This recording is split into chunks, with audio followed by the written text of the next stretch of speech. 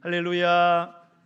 하나님은 저와 여러분을 사랑하십니다. 우리 하나님은 좋으신 하나님이십니다. 전우좌우를 바라보시면서 주의 이름으로 축복하며 사랑합니다. 환영합니다. 서로 잠시 인사 나누시겠습니다. 할렐루야. 감사합니다. 오늘 에베소서 6장 4절 말씀.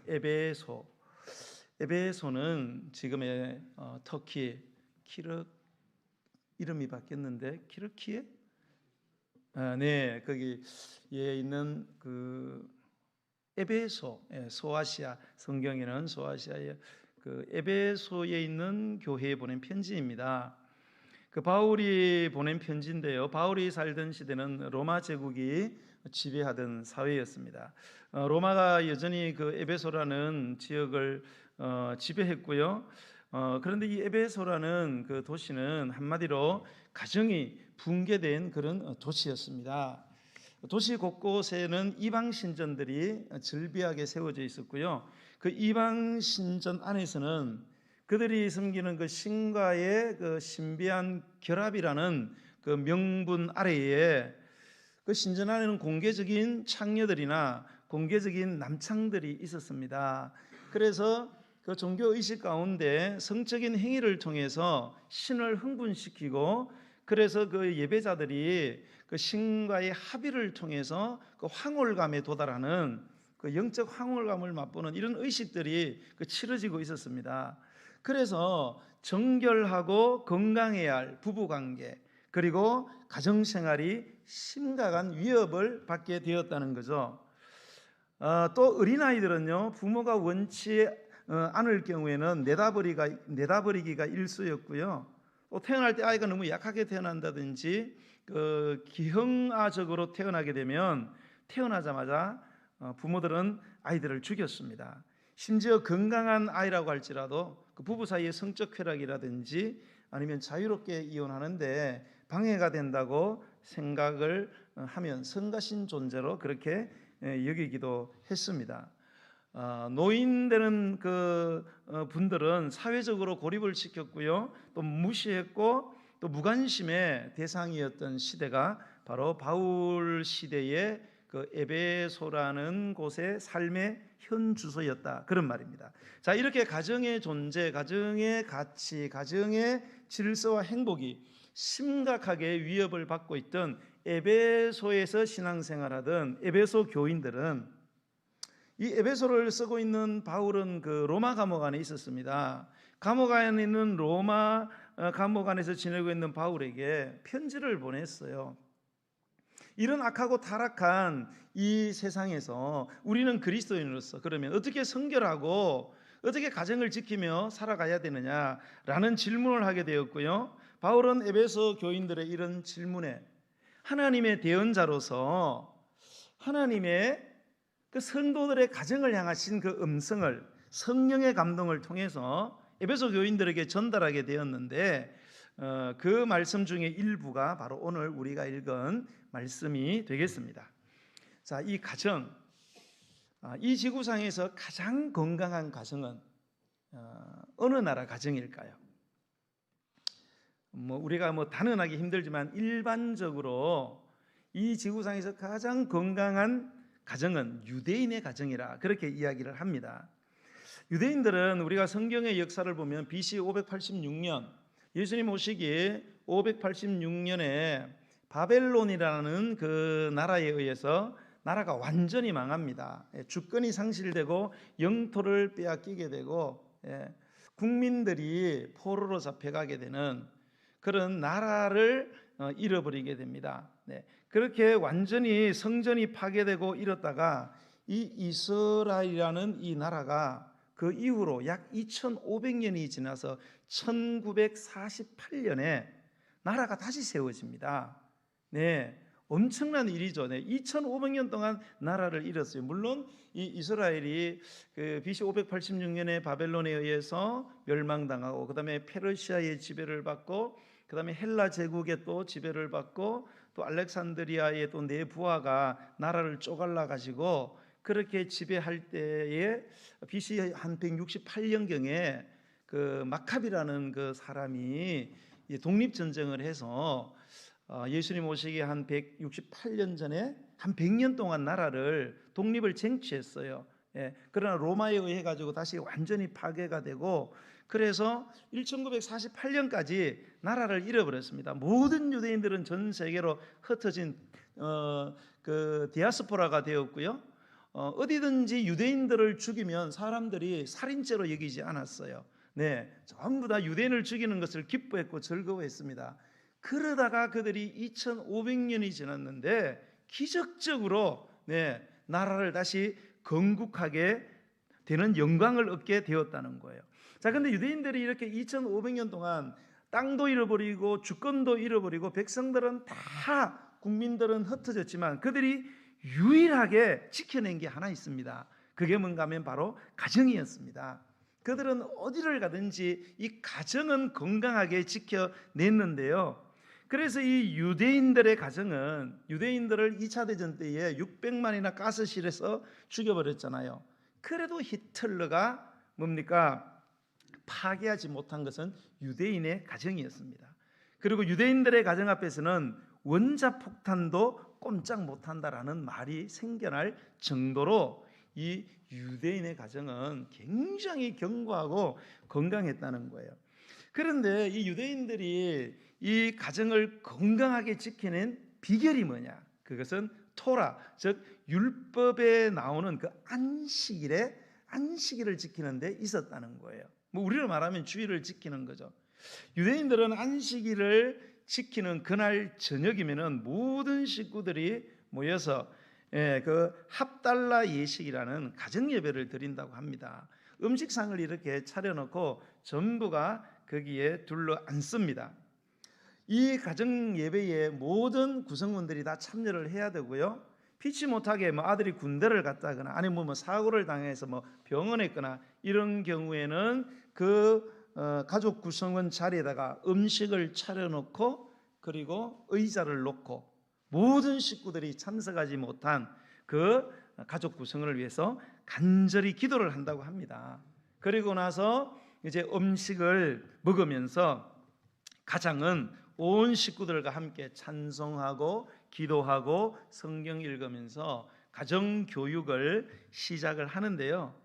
이 가장이 가정 교육을 하는데 특별한 그러한 부분은 뭔가 하면, 가장이 모든 구성원들에게 여러 가지 그 토라를 중심으로 해서 그런 가정 교육을 하는데, 그 구성원들 한 사람 한 사람에 대해서 어떤 부정적인 이야기도 하지 않는다는 거예요. 자녀들이나 배우자나 좀 부족한 부분이나 단점들이 있지만 일체 단점은 이야기하지 않는다는 거예요. 우리는 보통 가정에서 좋은 가정을 세우기 위해서 가족 구성원들의 어떤 단점들을 사랑한다는 그런 말로 단점을 지적해서 가정을 세우려고 많이 노력하지만 유대인들은 그렇게 하지 않는다는 거예요. 단점은 전혀 이해하지 않고 장점을 발굴해서 장점을 격려를 해가지고 가정을 세우는 것이 이 유대인들의 가정을 세우는 방식이라는 것입니다. 그래서 유대인의 가정이 건강한 가정이 되어 간다는 것입니다.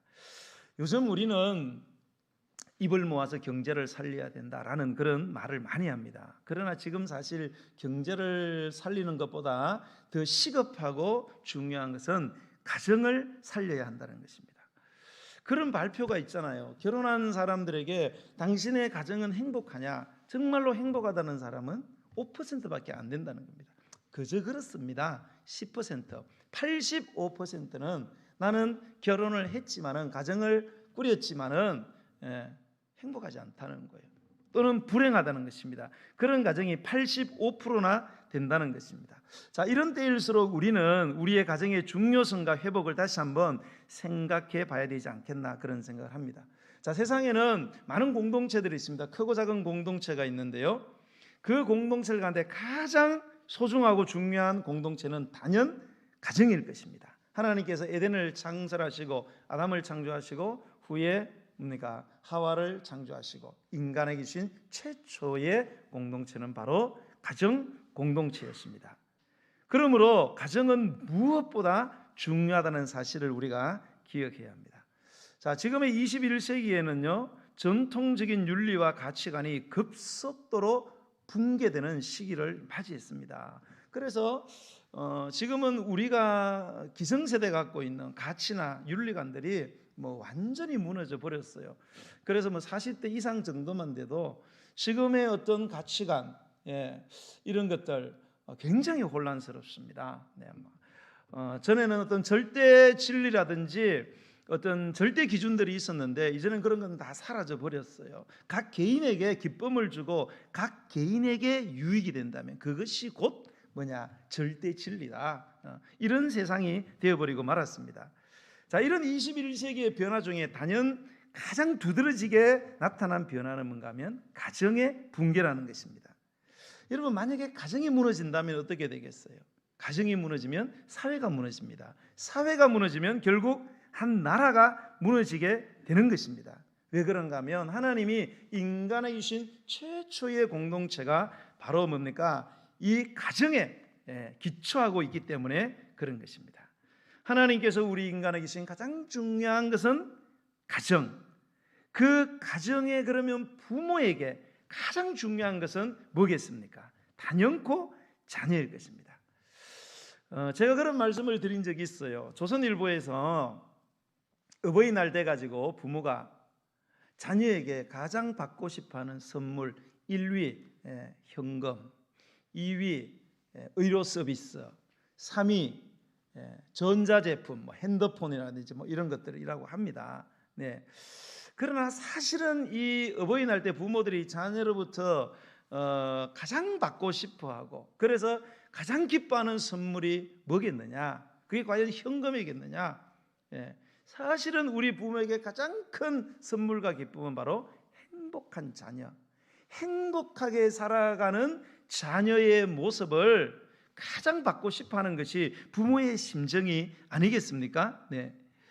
자, 오늘 저는 우리 자녀들이 우리의 문제거리나 골칫거리나 염려거리가 아니라 자랑거리가 우리 부모된 우리의 기쁨이 되기를 주의 이름으로 축복합니다. 자, 이 모든 중심에 그러면 누가 있느냐? 바로 부모가 있다는 거예요. 어떤 부모냐에 따라서 우리의 자녀와 그 가정의 행불행이 결정이 된다는 거죠. 자, 그만큼 사실 부모의 책임이 막중합니다. 그러나 사실 막상 그 부모들은 그 부모의 책임과 역할을 어떻게 감당해야 될지 잘 모르고 있다는 거죠. 네. 사실 뭐 제 시대나 제 위에 있는 시대 부모들을 보면 참 부모로서 최선을 다했지만은 정말로 자녀를 위해서 부모로서 어떻게 해야 되는지를 배우지 못했기 때문에 그냥 우리식으로 하다 보니까 자녀들에게 너무너무 많이 상처를 사실 주었습니다. 그러나 오늘날은 그렇지 않죠. 오늘날은 너무나 많은 자녀 교육에 대한 정보들이 쏟아지고 있어요. 그렇기 때문에 우리가 이런 정보들을 기반으로 해서 정말로 어떻게 하면 하나님이 원하시는 그런 부모, 그래서 하나님이 기뻐하시는 또 부모에게 기쁨이 되는 자녀를 양육할 수 있는지 우리가 배우게 되는 것입니다.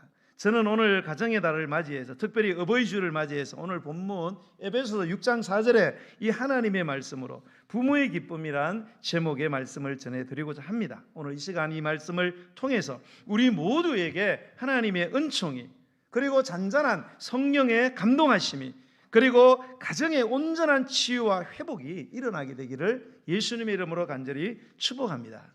자, 그러면 자녀로 인한 이 부모의 기쁨이 충만하기 위해서 우리가 어떻게 해야 되느냐? 오늘 4절의 말씀을 한번 읽어보겠습니다. 자, 4절 말씀 시작. 또 아비들아 너희 자녀를 노엽게 하지 말고 오직 주의 교훈과 훈계로 양육하라. 아멘. 자, 우리가 자녀들을 부모로서 어떻게 해야 우리가 기쁨의 부모로 그렇게 될 수 있느냐? 오늘 성경은 보니까 부모는 자녀를 노엽게 해서는 안 된다 이렇게 기록하고 있어요. 노엽게 하지 말라는 말은 여러분이 아시다시피 분한 마음을 품게 하지 말라는 거예요. 이 아비들, 오늘 아비들인데요, 부모들이죠. 부모들이 자녀에게 어떻게 대할 때에 부모에게 노여한다는 거예요. 부모에 대한 이 분노가 생긴다는 것입니다. 마음에 심각한 상처를 받게 된다는 거죠. 자, 그러면 우리 자녀들은 언제 부모에게 분한 마음을 갖게 되고 마음의 상처를 입게 되느냐? 이거는 어린 자녀들에게만 해당되는 게 아니에요. 다 큰 자녀들도요, 부모가 살아계시면 자녀는 여전히 자녀입니다. 부모가 다 큰 자녀, 분가한 자녀라도 어떻게 자녀에게 하느냐에 따라서 그 자녀가 부모에게 분한 마음을 가질 수 있어요. 그래서 우리가 매스컴을 보세요. 40대, 50대, 60대 된 자녀들이 70대, 80대, 90대 된 부모들을 뭡니까? 괴롭히고 존속 살해하는 경우들이 있는 것은, 한 번 부모는 영원한 부모고 한 번 자식은 영원한 자식이기 때문에 그런 것입니다.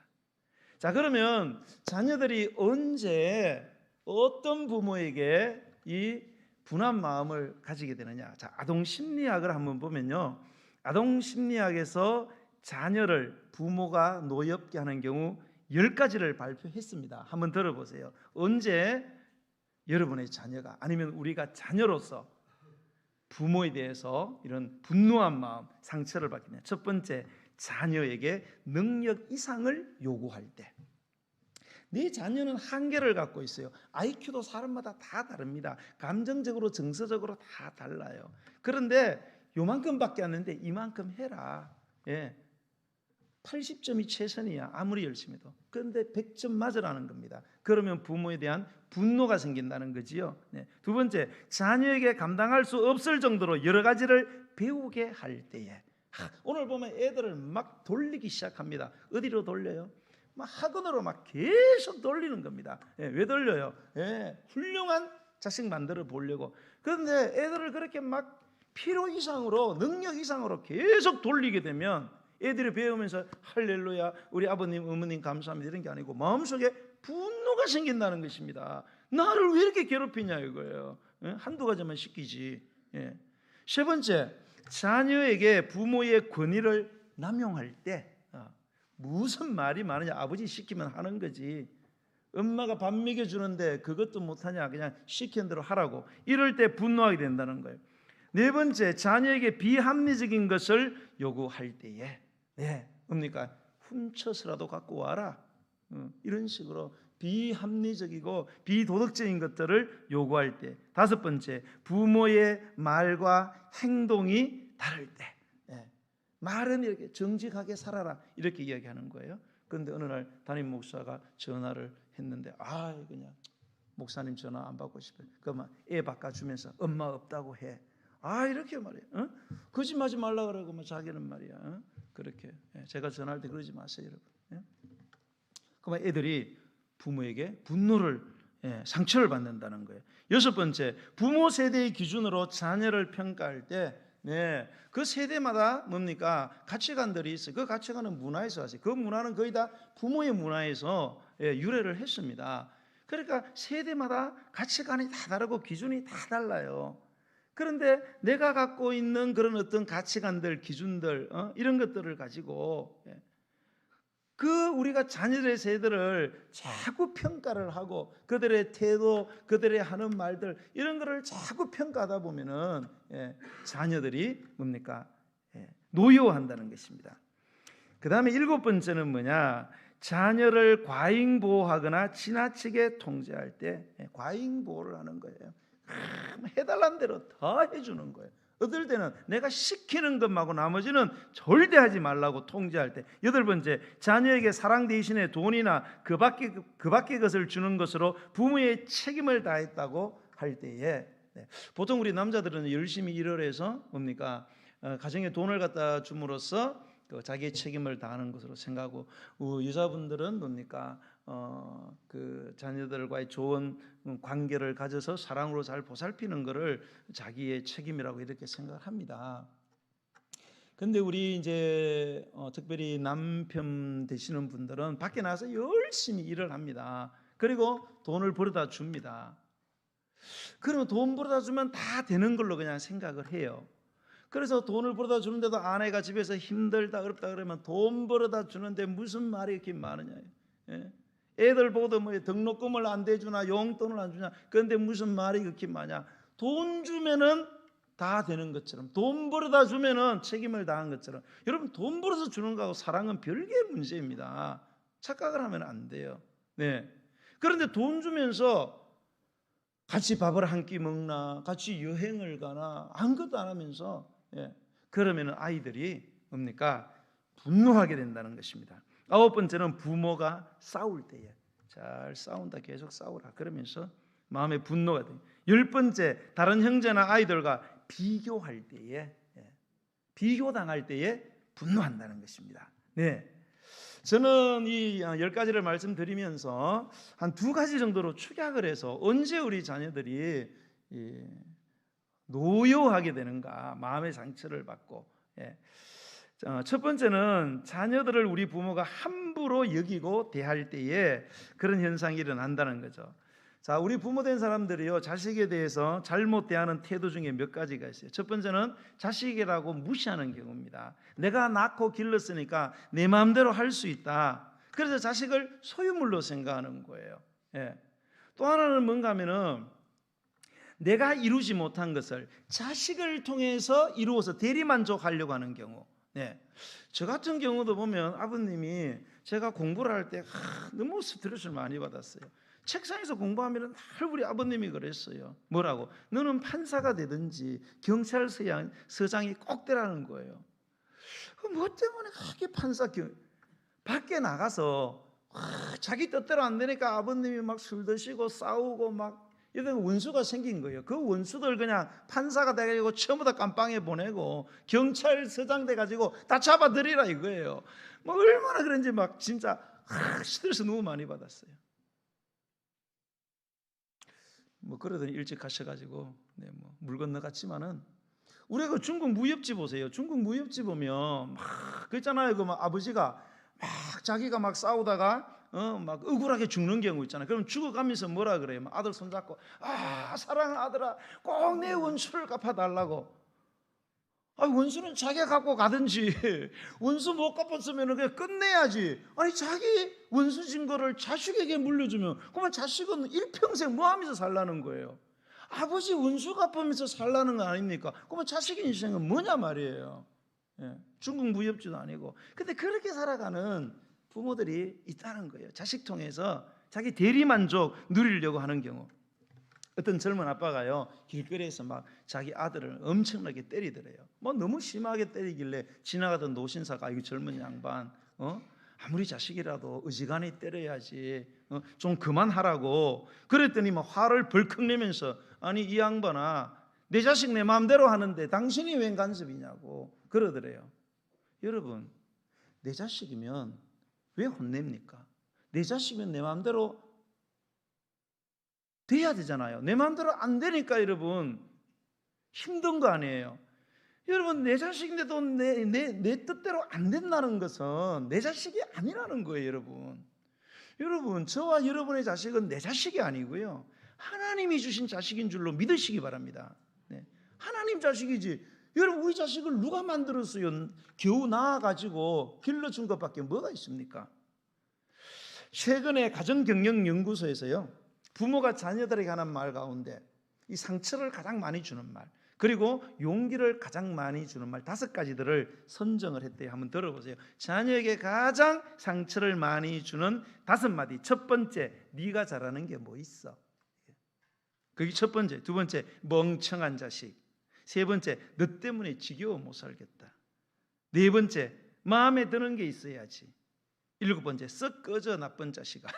이 5가지 하면요 엄청 상처를 받는데요. 외우셨어요? 뭐 뻔히 쳐다보면 어떻게 하겠다는 거예요? 외우세요. 알았죠? 첫 번째 뭐라고요? 네가 잘하는 게 뭐 있냐. 두 번째 뭐예요? 멍청한 자식. 세 번째 뭐예요? 너 때문에 지겨워서 못 살겠다. 네 번째는 뭐 마음에 드는 게 있어야지. 하는 게 마음에 드는 게. 5번째는 썩 꺼져 나쁜 자식아. 자, 반면에 격려가 되는 5마디. 첫 번째, 이 세상에서 네가 가장 소중하단다. 내가 딸을 낳는다면, 아들을 낳는다면 다시 너를 낳고 싶다. 그래서 제가 우리 젊은 부부분들에게 얘기하잖아요. 애기들 잘 때 꼭 기도해 주시면서 꼭 이야기했어요. 내가 딸을 낳으면 또 너를 낳고 싶다. 그렇게 확 바꿔버렸으면 좋겠다 그러지 말고, 그러면 애들이 엄청 감동을 받는데요. 와, 엄마는 딸을 낳으면 또 나를 낳고 싶어. 나를 그만큼 사랑하는 거야. 나보다 뒷집에 있는 순이가 훨씬 이쁘고 앞집에 있는 철수가 나보다 더 멋있는데 나 같은 딸을. 그러면 막 애들이 막 감동을 엄청 받는다는 거예요. 이게 배드 리추얼인데요. 그게 그 잠자기 전에 꼭 하라는 겁니다. 두 번째는 뭐냐? 너를 위해 기도한단다. 이게 두 번째. 세 번째는 엄마 아빠는 너를 사랑한단다. 네 번째, 엄마 아빠는 너를 믿는다. 다섯 번째는 너가 너무 자랑스럽다.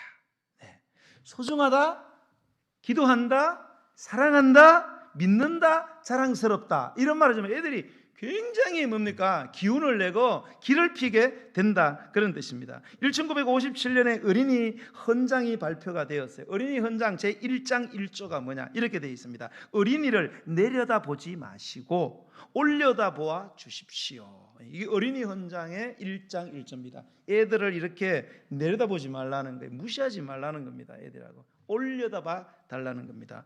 우리나라에서 어린이날을 정하고 어린이라는 단어를 최초로 사용하게 한 분이 방정환 선생님이잖아요. 이 방정환 선생님이 어린이라는 말을 쓸 때에 어떤 의미로 썼느냐? 원래 이게 어린이는 어리다에서 이게 어리다에서 왔거든요. 어리다에서 어리석다가 왔습니다.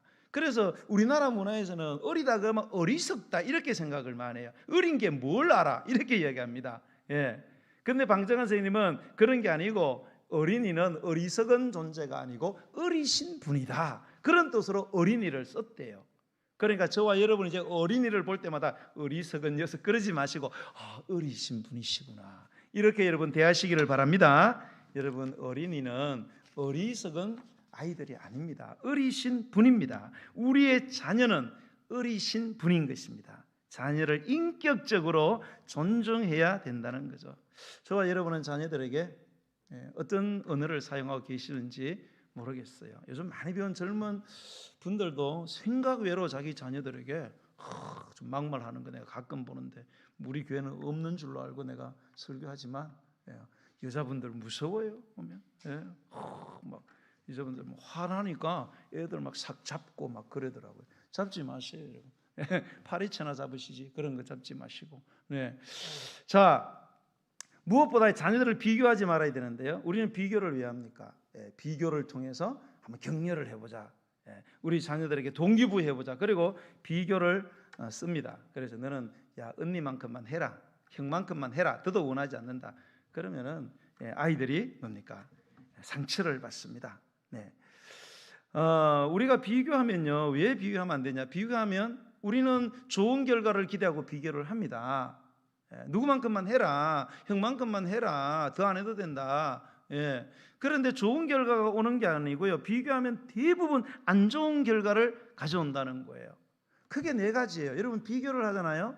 그러면 비교하는 대상을 미워합니다. 야, 뒷집에 있는 순이만큼만 해라 그러면 평소 순이하고 친하게 지내는데 그 다음날 순이 보는 순간 꼴미가 죽는 거예요. 아이고 쟤 때문에 내가 비교당했다고. 두 번째는 뭡니까? 비교당하는 나를 미워하기 시작합니다. 그래 나는 이 모양이야. 나 왜 이거밖에 안 될까? 이러면서 자기를 미워해요.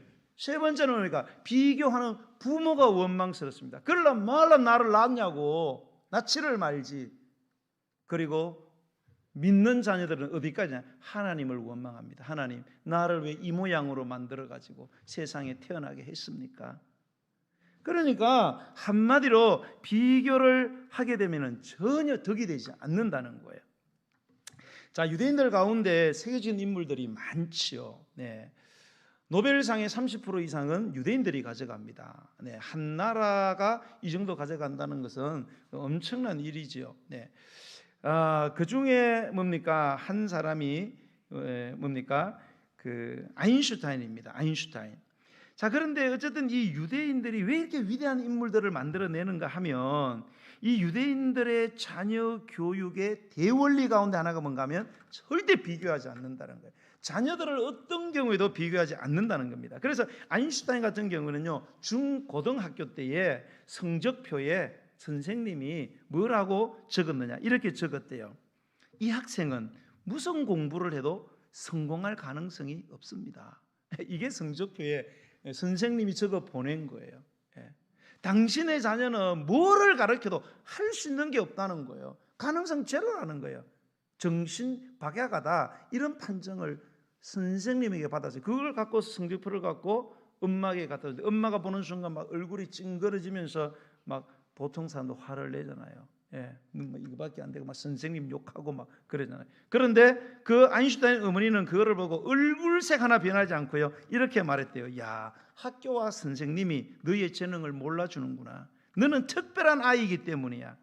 얼마든지 너는 훌륭한 사람이 될 거야. 너는 남과 다른 사람이 될 거야. 그러면서 네가 특별하기 때문에, 너무 특별해서 학교와 선생님 너를 못 알아주니까 너는 분명히 남과 다른 사람이 될 거다. 그래서 아인슈타인이 남다른 사람, 특별한 사람이 된 줄로 믿으시기를 바랍니다. 그러므로 우리는 어떤 동기에서도 비교하는 거 좋지 않아요. 이거는 뭐 모든 인간관계에서 다 그렇습니다. 네. 그래서 저도 이게 설교하면서 가능하면 우리 성도들을 다른 교회 성도들하고 비교 안 하려고 그래요. 예. 제 위에 있던 우리 선배 목사님들 이렇게 보면은 꼭 이제 설교할 때 특히 부흥회 이렇게 하면은 오셔가지고 막 다른 교회 막 권사님은 뭐 차도 뭐 그 교회 목사님한테 사주더라 막 이런 설교들 많이 했습니다. 예. 왜 그래요? 예. 그 교회 담임 목사한테 차 사주라고 잘하라고. 그런데 성도들인 여러분들은 기분이 어때요? 좋죠. 성도들은 이게 또 차 사달라는 거구만 뭐 이러면서 별로 안 좋아합니다. 예. 그래서 저는 그런 설교 잘 안 하려고 그래요. 예. 다 그렇죠, 여러분. 예. 만약 여러분들도 저에 대해서 이렇게 해서 목사님은 정말로 교육은 잘하시는데 설교는 이찬수 목사님만큼 못하는 것 같습니다. 교육 잘하는 거를 뭐 이야기를 하려는 거예요. 설교 못한다는 걸 이야기하려는 거예요. 예. 어쨌든 이런 비교를 하게 되면요, 예, 우리가 마음의 상처를 받게 된다는 사실을 꼭 기억할 필요가 있습니다.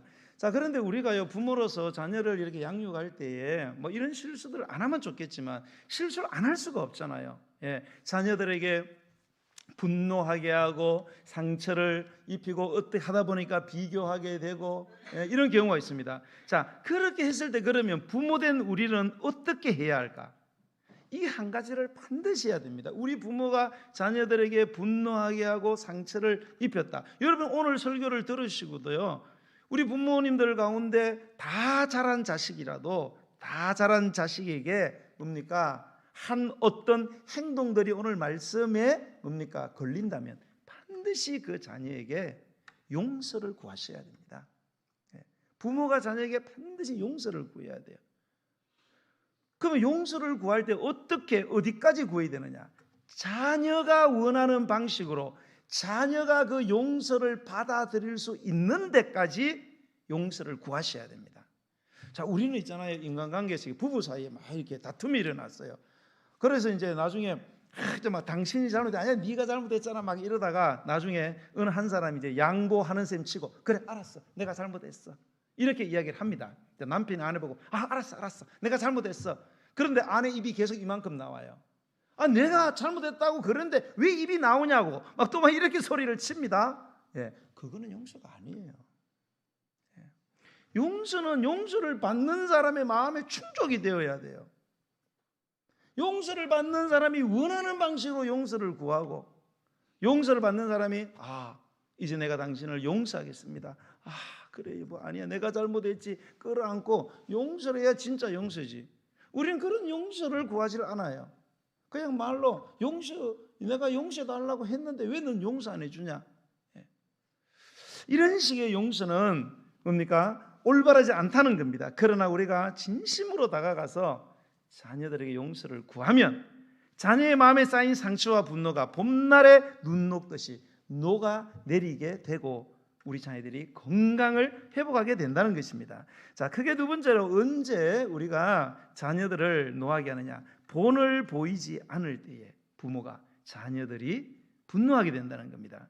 자, 세계적으로 유명한 오페라 가수 가운데 할버튼이라는 사람이 있습니다. 자, 이 사람이 자기 어린 자녀가 친구들하고 놀고 있는 장면, 거기서 같이 대화하는 것을 엿듣게 되었어요. 그런데 아들의 친구가 이런 말 하더래요. 야, 우리 아버지가 어떤 사람인지 아냐? 우리 아버지는 우리의 시에 있는 시장하고 아주 친한 그 정도야 우리 아버지는.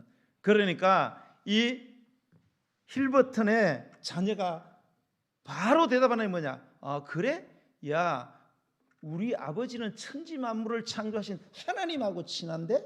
그러더래요. 그 이야기를 들으면서 이 사람이 어린 자녀에게 내가 본을 보이면서 하는 것이 얼마나 중요한지를 깨달았다는 거예요. 이 사람이 평소에 시장 대통령이 아니라 하나님이 최고 높으신 분이고 하나님하고 친한 게 최고다, 이거를 본으로 보여주니까, 야, 우리 아버지 시장하고 친해, 그러니까 아이고 우리 아버지는 하나님하고 친하다, 이렇게 이야기를 하더라는 것입니다. 여러분, 부모는 극과 속이 같은 신앙으로 우리 자녀들에게 본을 보여주어야 합니다. 만일 여러분 우리의 자녀들이요, 내가 열심히 신앙생활 하는 것 같은데, 내가 열심히 교회생활 하는 것 같은데 자꾸 자녀가 거부감을 일으키거나 아니면은 저항을 하게 된다면 그 이유는 뭐냐? 부모된 우리의 신앙이 은행 일치하지 않기 때문에 그렇다는 거예요. 말하는 거하고 행동하는 게 다르기 때문에 그렇다는 겁니다. 믿음으로 우리의 믿음을 행위로 보여주면서 너희도 이렇게 해야 된다고 가르쳐야 되는 것입니다. 자, 미국 가정사역연구소, 미국 같은 케이스인데요. 미국 가정사역연구소에서 자녀들이 부모 때문에 교회를 떠나는 10가지 이유를 발표했어요. 그 부모가 교회 다녀요, 자녀도 이제 따라다닌단 말입니다. 근데 나이가 들어서 교회를 떠나더래요, 자꾸 자녀들이. 지금도 그렇잖아요, 그죠? 유초등부 때는 잘 나와요. 중고등부 때는 겨우 나와요. 고등부 때 시들시들 하다가 대학교 되면 막 서서히 사라지기 시작합니다. 예. 왜 떠날까, 아이들이? 예. 어릴 때는 다녔는데, 그런데 부모 때문에 떠나는데, 그러면 부모 뭐 때문에 떠나느냐? 10가지를 발표를 했어요. 한번 들어보세요. 첫 번째, 주일이나 교회 행사를 무시하고 여행을 떠날 때. 두 번째, 예배 시간에 시계를 자꾸 쳐다볼 때. 찔리시는 분들 이제 막 생기셔요. 세 번째, 자녀 앞에서 목회자의 허물을 이야기할 때. 네 번째, 11조와 헌금을 떼먹을 때. 다섯 번째, 교회에 대해 애착심이 없을 때. 여섯 번째, 예배 시간에 지각할 때. 일곱 번째, 문제가 생길 때만 불규칙하게 기도할 때. 여덟 번째, 여러 가지 핑계로 교회 봉사를 하지 않을 때. 아홉 번째, 자녀들을 교회에 오래 있지 못하게 할 때. 열 번째, 실천보다는 말만 앞세울 때. 이렇게 그 기관에서 이 10가지를 들어서 이 부모들의 모습을 어릴 때부터 이렇게 본다는 겁니다. 근데 애들이 생각이 없는 게 아니잖아요. 애들이 굉장히 영리하거든요. 다 애들이 판단을 합니다. 우리 엄마가 진짜냐 가짜냐 이렇게 다 본다는 거예요. 그리고 보고 야, 우리 엄마 우리 아빠 진짜구나. 그게 교회를 안 떠난다는 거예요.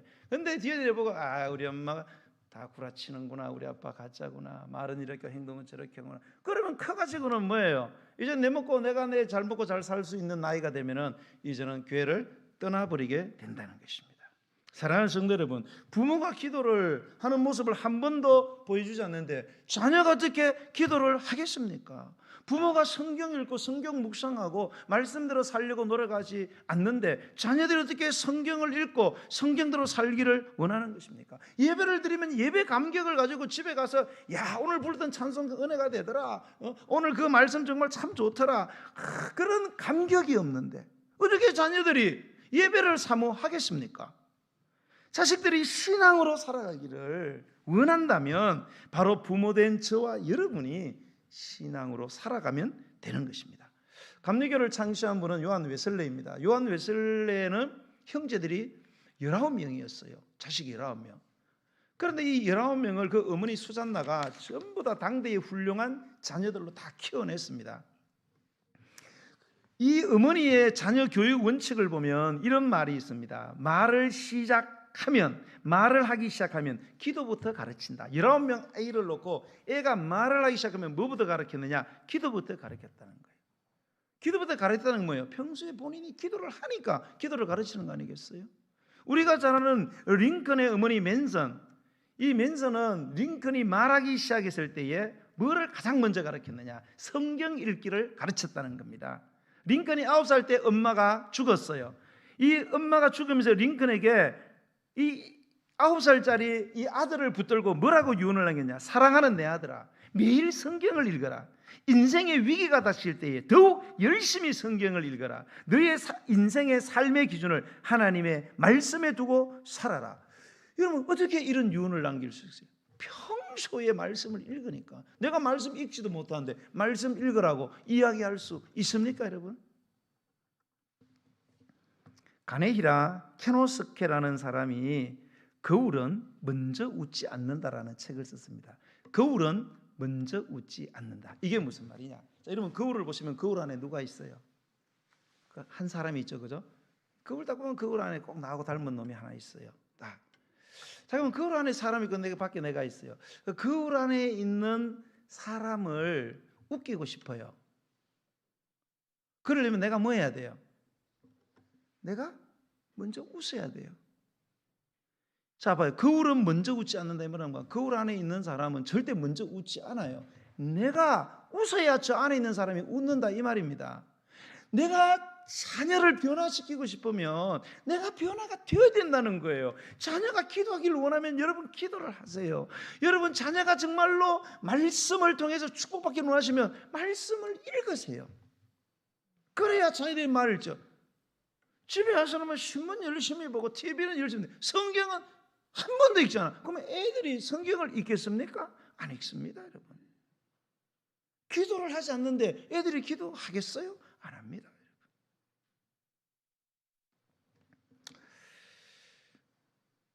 우리가 자녀들에게 좋은 모델이 되면 자녀들에게 축복이 될 줄로 믿으시기 바랍니다.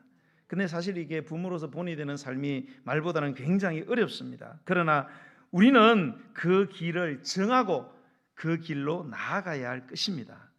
무엇보다도 부모된 우리는 기도와 말씀으로 신앙생활에 자녀들에게 본이 되었으면 좋겠습니다.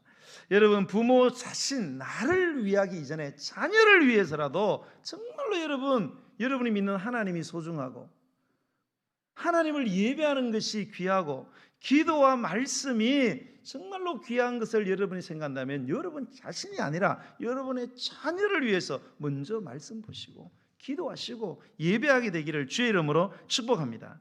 여러분, 처음부터 엄마 뱃속에 나오면서 문제아가 태어나는 부분은 없어요. 엄마 뱃속에서 좋은 아이가 무조건 태어나는 게 아닙니다.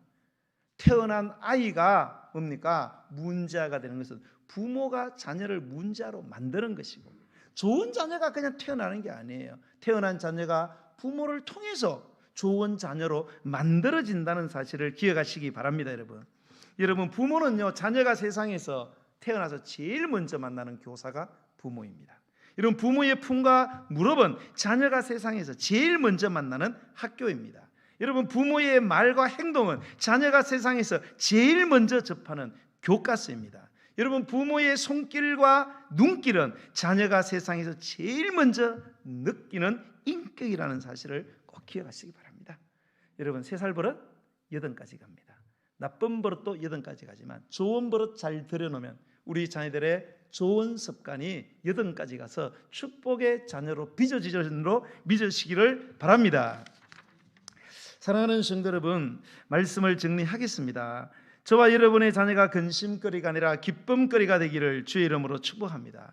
그렇다면 자녀를 노하게 하지 마십시오. 자녀가 분노하는 이유는 무엇입니까? 자녀들을 소중하게 여기고 소중하게 대하시기 바랍니다. 무시하거나 비유하지 마시기를 바랍니다. 무엇보다도 본이 되는 부모가 되었으면 좋겠습니다. 모든 은행 심사에 본이 되십시오. 특히 믿는 저와 여러분은 신앙의 본, 신앙 생활의 본이 되었으면 좋겠습니다.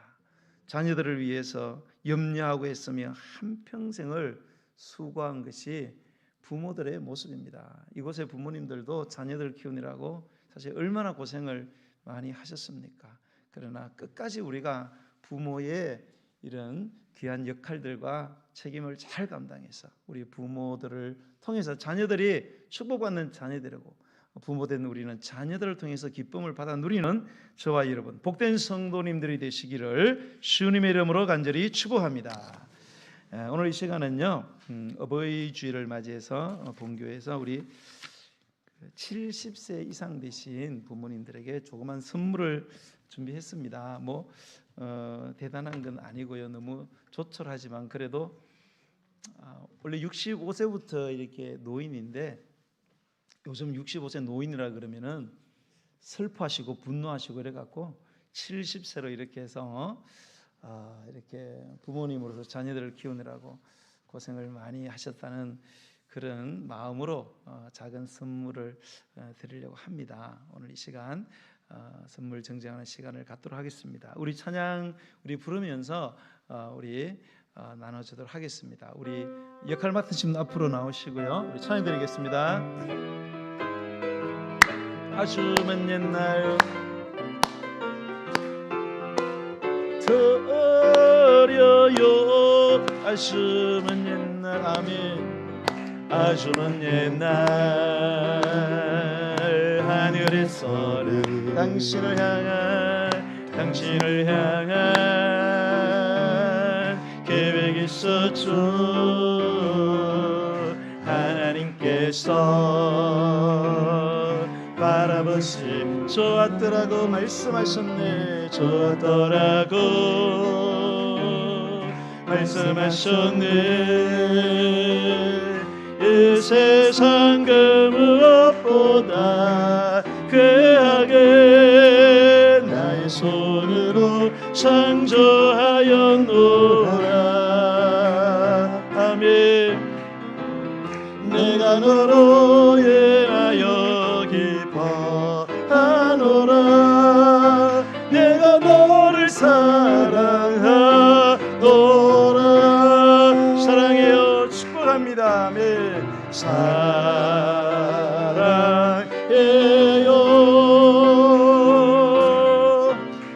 축복해요.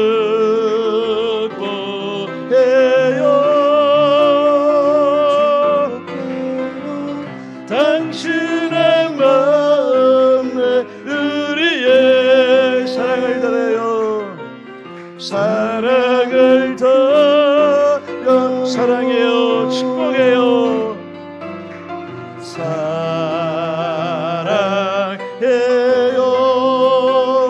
사랑해요. 축복해요.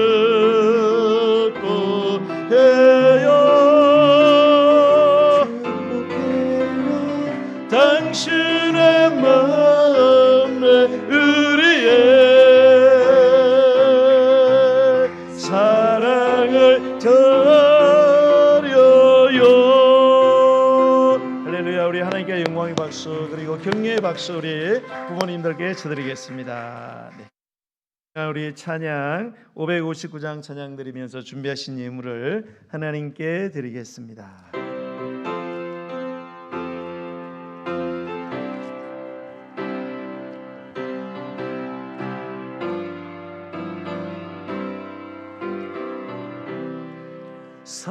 사철의 봄바람 불어있고 하나님 아버지 모셔 쓰는 믿음의 반석고 든든하다. 우리 집 즐거운 동산이 고마워라. 고마워라. 임마누엘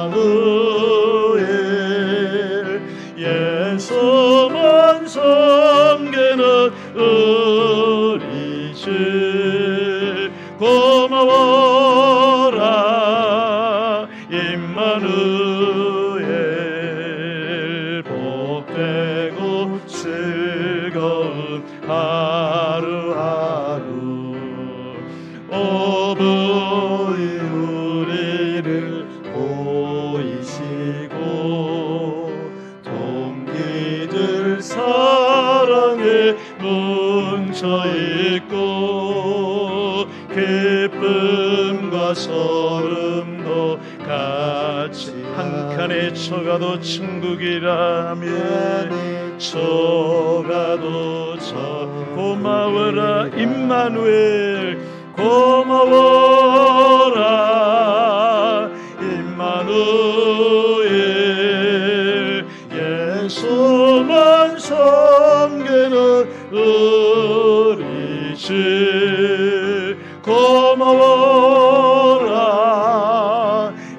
임마누엘 복되고 즐거운 하루하루 아침과 저녁에 수고하여 다같이 일하는 온 식구가 한 상에 둘러서 먹고 마셔 여기가 우리의 낙원이 고마워라 고마워라 임마누엘 예수만 섬기는 우리 고마워라 고마워라 임마누엘 복되고 즐거운 고마워라 임마누엘